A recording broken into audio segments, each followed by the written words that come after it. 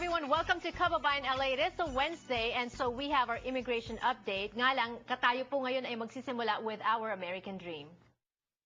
This American Dream segment is brought to you by Aquino & Lowe Law Firm, answering your immigration questions. Attorney Allison Aquino, hello, and welcome to Kababayan LA. Hello, Janelle. So today we're going to be talking about fiancé visa because there is a new court case issued by the Board of Immigration Appeals on July 20th on talking about restrictions to the K-4 visa. Can you talk to us about the case first, because this involves a 27-year-old Filipino resident of LA? Yes. And actually the K visa, for a lot of people, they don't realize that the K visa is not just for fiancés.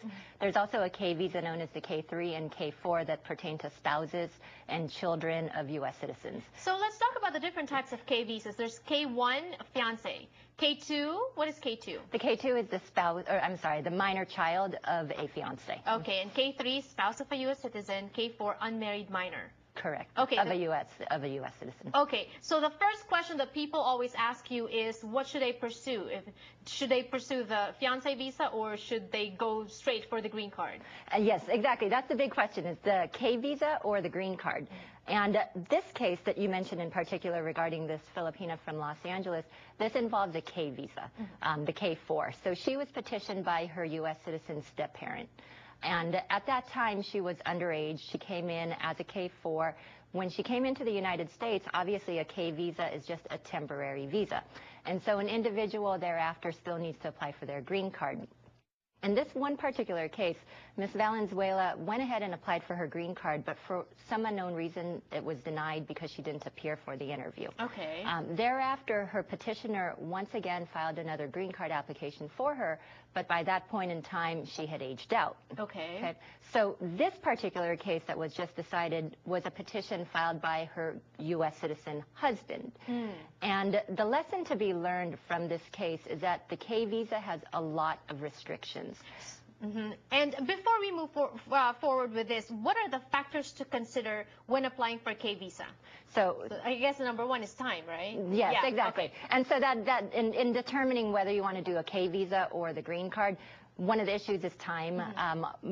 If time is of primary importance, the K visa is usually a lot faster. Okay. All right. And what about money? Money is also a big issue because naturally not everyone can afford everything.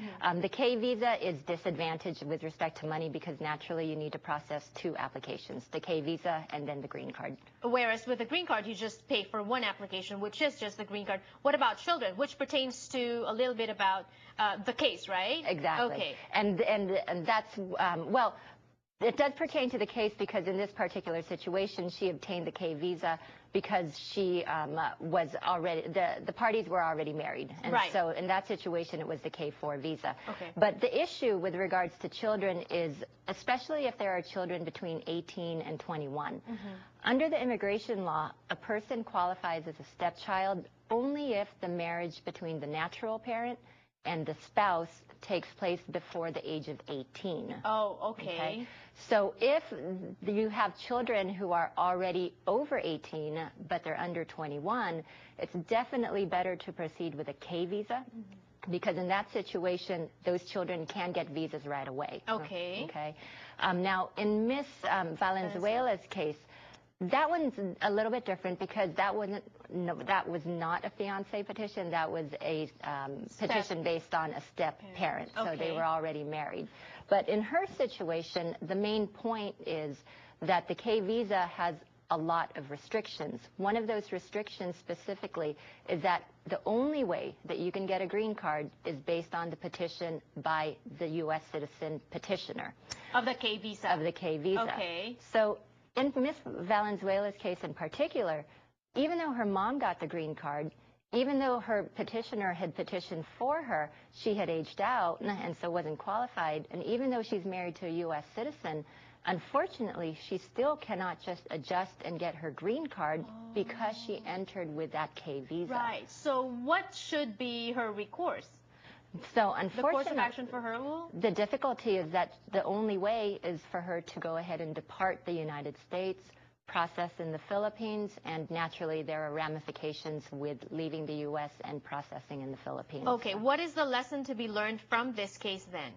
Well, definitely the lesson is don't miss interviews. Yes. She did it twice, right? Or? No, just the first interview. Okay. And like I said, I don't know the circumstances as to what led up to that, but it's very important to be on top of your case, know the requirements, comply with all the requirements. Nonetheless, Allison, for things like that, some people, you know, if an emergency comes up or if an interview is scheduled and you can't make that date, can you apply for an extension maybe or a postponement of that? Absolutely, and it's vital. So you just have to, you can't just not show up, right? Correct. Because failure to appear will result in a denial. So you do need to take the proper steps of contacting the immigration, letting them know the reasons why you can't appear, and ensuring that you are complying so that these type of mistakes, these type of problems in your case don't happen. And that is why I advocate here on the show, you need a lawyer to help you, especially with immigration, because laws change also, and sometimes it's too complicated. We can't navigate through it. Some people would just go online, download the forms, and fill it out themselves and try to go through the process themselves. Sometimes, you know, it's disadvantageous because we don't know the other things that go around it, and so you need a lawyer to help you navigate through that legal system.